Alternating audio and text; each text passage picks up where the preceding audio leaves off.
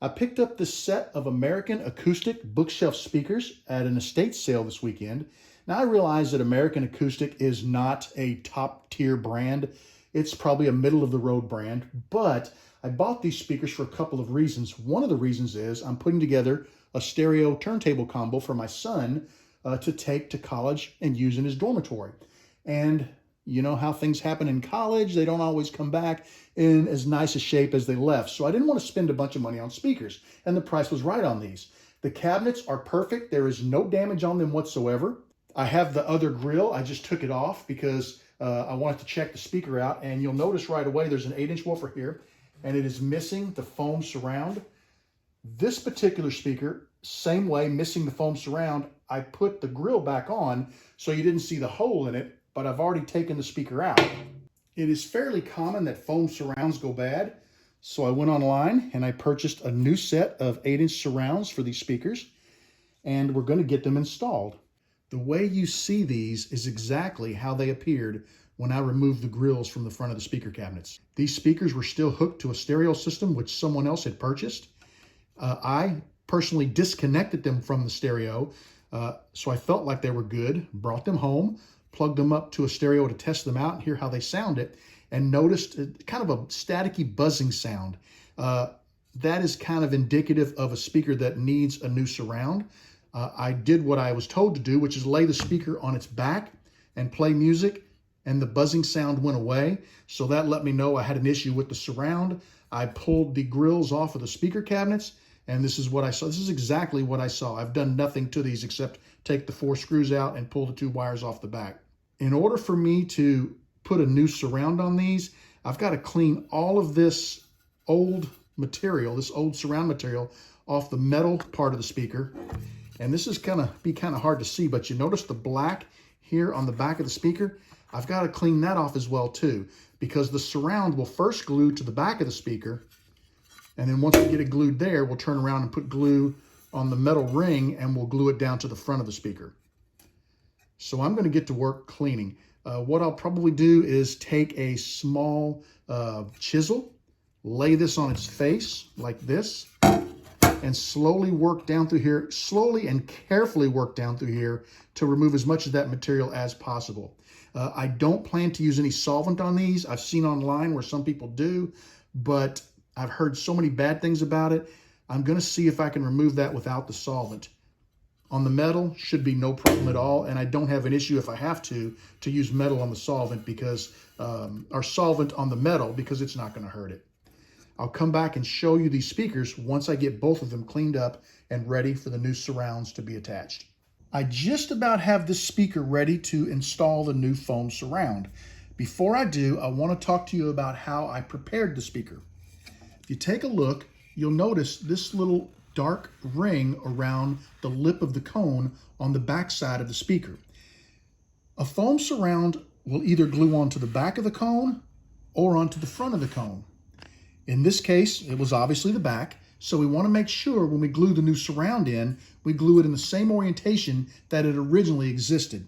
The first thing that I had to do was remove the excess foam material from the cone, and we want to be very careful about doing that. So you want something that is sharp to be able to remove the foam material. And I got lucky because the foam on this speaker had deteriorated so much, I didn't have to put much effort into removing it. I used a 1/2-inch chisel, and I simply laid it on the cone, no pressure, and I just pushed it forward like this, just sort of scraping around the cone, and the foam material literally turned to dust. I had this sitting on a piece of cardboard, and it looked like dirt on the cardboard. It was so fine. That made it easy. If it doesn't come off quite that easy, some people do use a solvent. I was hoping to avoid that because I didn't want to take a chance of damaging the cone.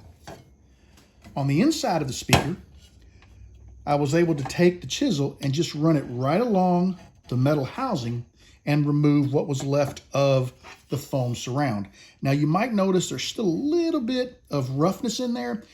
I am not opposed to using a solvent and will probably use acetone on this metal surround. I'll get an old rag and I'll wipe the surround down just to make sure it's clean, and I'm going to get good adhesion with the glue. I'm going to get a rag damp and I'm going to wipe along the edge of the cone where this dark area is, because I want to remove any loose or dusty material that could still exist there. I don't think a damp cloth will hurt anything. I will set the speaker aside and let it dry for several hours to possibly overnight before I attempt to glue the surround into the speaker. The first thing I'm doing is test fitting the surround just to make sure I purchased the right one. I'd hate to put glue all over the speaker, then pop the surround in only to find out I bought the wrong size. The kit came with 2 surrounds and some polyvinyl acetate adhesive. What we're going to do is we're going to remove the surround. I'm going to flip this over and you can see I left it on there for a reason. If you look up in here, you can see that the surround actually covers, let me push it out of the way. It actually covers the dark area where the old polyvinyl acetate glue was. So I'm going to put a bead, a continuous bead all the way around that black area, and then we're going to snap the surround back in. We're going to center it on the cone, and we're going to press it together as best as we can and set it aside to dry. This needs to dry for maybe an hour, or at least tack up a little bit before we start working on gluing the rest of the surround into place. There's some testing we have to do with that, and I'm still reading up on exactly what the kit recommends. And the kit is nice. It comes with a complete explanation of every step you need to do. So I don't see where there should be any problem. We just want to take our time so we don't cause ourselves any problems. We're going to attempt to put a very thin layer of this polyvinyl acetate around the inner ring of the surround. The main thing to consider is if you have to stop and start, which I'm sure I will, we do not want to have any breaks in the glue. So make sure you overlap when you restart. That looks pretty good. Let's get this assembled onto the speaker.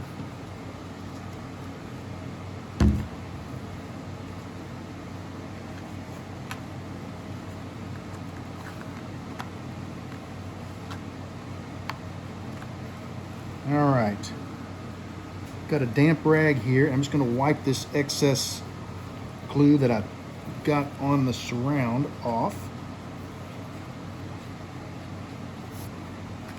We want to center the surround with the cone. As we do this, of course, we're smearing glue around. Not what I wanted to do, trying to be neat, but it is a time-consuming and tedious process. I'm going to use a wet rag and just kind of wipe this glue.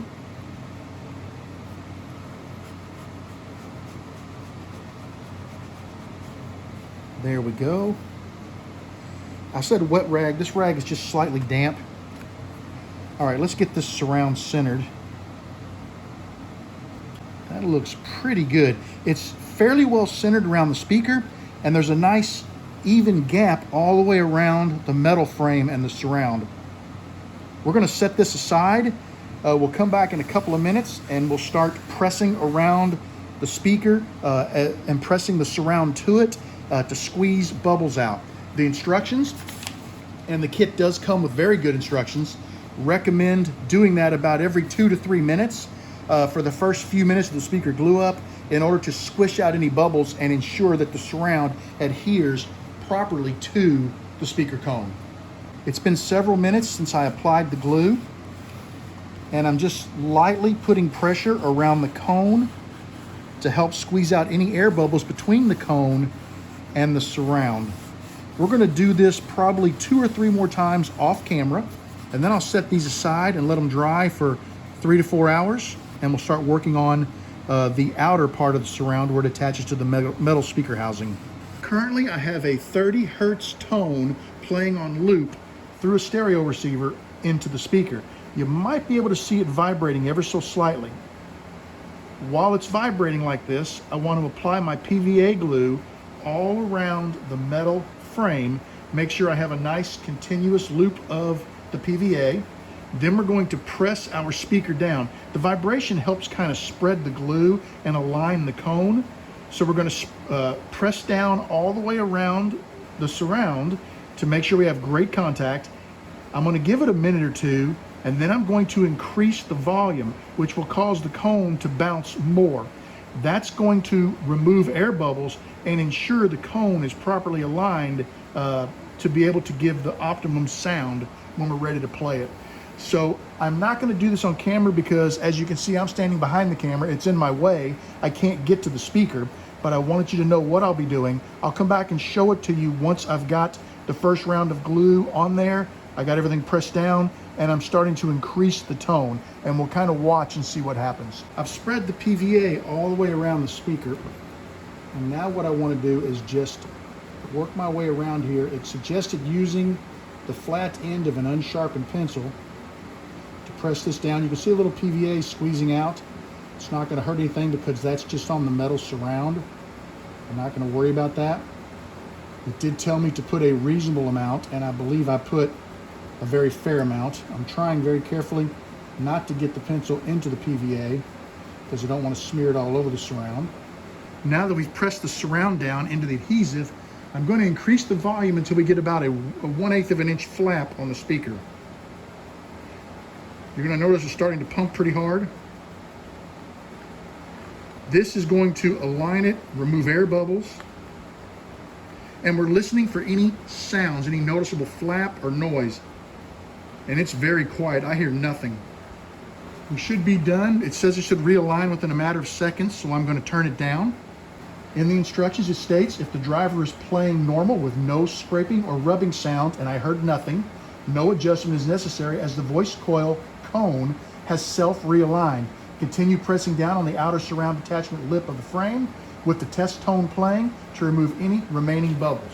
So I've got the test tone playing, and I'm going to bring it up just a little bit so that it's vibrating. There we go. And I'm just going to press down around the surround one additional time.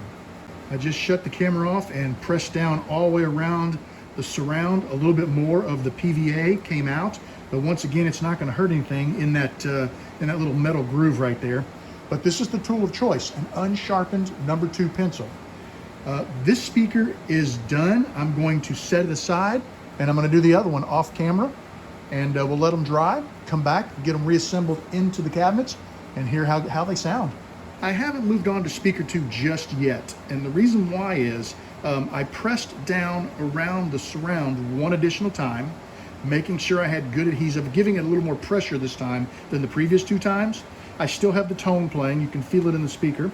I need to wait approximately 10 minutes, and as long as we don't hear any buzzing, any ticking, any noise whatsoever, which I hear nothing right now, especially I can put my ear right down to the speaker and it sounds perfectly clear. I can hear the buzz, that's it. I will press it down firmly one additional time, set this speaker aside, then move to the second speaker and repeat the process. So just wanted to let you know there was a little more before we move to the second speaker. Both of the speakers are done. I've got about 3 to 4 hours for the PVA to dry. Then we'll hook them back up to the stereo and run the 30 hertz tone one additional time to see if there's any noise in the speakers. The last step of the process is we'll take the PVA and put a bead around the inside of the surround where the cone meets the surround. That will make sure it has a permanent seal, and that should give us a great sounding speaker. But we need to wait about 3 to 4 hours before we can do that. Got the speakers working. They're installed in my son's room, and they sound pretty amazing.